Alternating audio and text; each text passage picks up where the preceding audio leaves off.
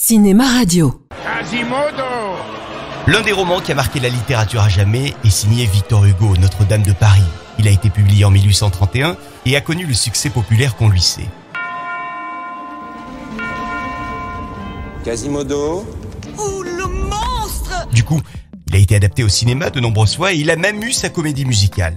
Alors si on regarde le bossu de Notre-Dame de Disney, c'est un joli bossu qu'on peut observer. En revanche, dans le chef-d'œuvre de Victor Hugo, Notre-Dame de Paris, Quasimodo est bien plus impressionnant avec un œil qui disparaît sous une verrue, un nez déformé, une bouche en fer à cheval, des dents désordonnées et je cite Victor Hugo, une lèvre sur laquelle une de ses dents empiétait comme la défense d'un éléphant et un menton fourchu. C'est vrai qu'il n'a pas une beauté évidente, mais il a gardé la tétine très tard. La question qu'on va se poser aujourd'hui est très simple. Est-ce que Quasimodo a réellement existé ?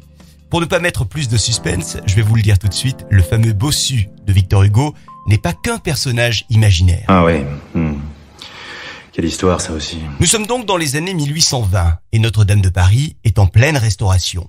Le sculpteur Henri Simpson fait partie de ceux qui participent à cette grande restauration de Notre-Dame. Une restauration qui a été fortement endommagée par la Révolution quelques décennies plus tôt. Ce fameux Henri Simpson aime bien écrire. C'est le moins qu'on puisse dire puisqu'il a rédigé ses mémoires sur 7 volumes. Et c'est dans ces mémoires qu'un archiviste britannique du nom de Adrian Glue a découvert il y a peu la trace d'un sculpteur de pierre, un sculpteur bossu qui aurait travaillé à Notre-Dame. C'est toi Quasimodo ? Yes ! Ah ouais, quand même. L'ouvrage de Victor Hugo, Notre-Dame de Paris, a été publié en 1831. Et pour l'écrire, l'auteur français a bien évidemment dû se documenter sur la rénovation de la cathédrale.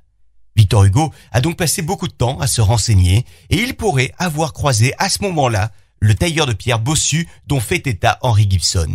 Non, c'est que Quasimodo. Le sculpteur raconte l'existence d'un personnage que tout le monde surnommait sur le chantier le bossu Mon petit bossu. et qu'il avait rencontré durant ses travaux pour Notre-Dame. Quasimodo!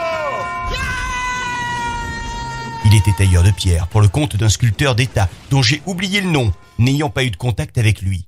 Tout ce que je sais, c'est qu'il était bossu et n'aimait pas se mélanger aux simples tailleurs de pierre. Fais-nous confiance, Quasi. Tu n'as vraiment pas à t'en faire. Ouais, t'es un vrai tombeur. T'es unique en ton genre. Et d'ailleurs, pour la petite histoire, Gibson décrit dans ses mémoires d'autres individus qui pourraient ressembler à d'autres personnages d'autres romans de Victor Hugo. Mais ça, c'est pas la petite histoire du jour. Juste un truc. Non, parce que j'ai besoin de savoir. Nous deux, c'est juste pour tirer un petit coup, c'est pour essayer de construire quelque chose de sérieux. Je t'aime. Et puis c'est la beauté intérieure qui compte.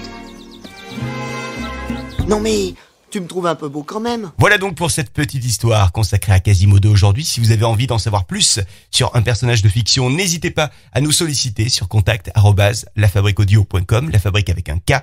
Retrouvez la petite histoire sur les réseaux sociaux avec notamment un groupe Facebook, un compte Twitter et n'hésitez pas à nous laisser des petites notes pour ce podcast sur l'appli Apple Podcast. Ah, attention Belle, j'ai un complément capillaire. La petite histoire. La petite histoire. Cinéma Radio.